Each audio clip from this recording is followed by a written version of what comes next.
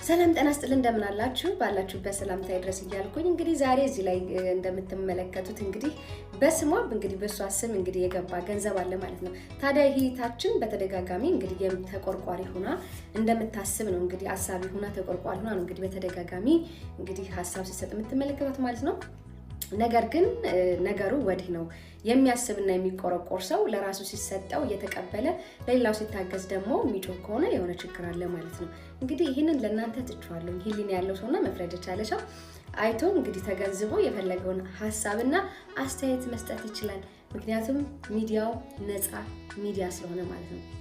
ማንም ሰው የፈለገውን የመሰለውን ሐሳብ መስጠት መብቱ ነው። በዛ ነገር ላይ እኔ ምንም ቅሬታ የለኝም። ነገር ግን በትናንትናው ዕለት ወጥቼ ላይቭ ላይ በተናገርኩት ንግግሬ እጅግ በጣም በርካታ እንግዲህ ሐሳቦች ተነስተዋል። የሚገርመው ነገር እኔ ያን ሐሳብ የሰጠሁት ኦፊሻሊ ግልጽ ነው፣ ማንም የሚያውቀው ነገር ነው። በትናንትናው ዕለት የኔን የቆየ ቪዲዮ አድርጋችሁ የኔን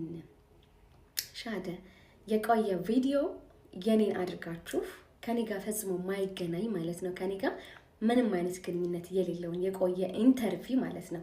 እኔ በቦታው ያልነበርኩበትን ያለፈ ህይወቱን የተናገረበትን ያለፈ ህይወቱን ትዳሩን ያጣው እኔ ሳልሆን ትዳሩን ያፋረስኩት ወይም ደግሞ እኔ ሳልሆን ከዛ ነጥ ያመጣሁት እጅ ከፈንጅ ይዟት ስትማግጥ ስለያዛት ከዛ ህይወት እንደወጣ በራሱ አንደበት እንግዲህ ማሩ ሲናገር ሰምታችኋል።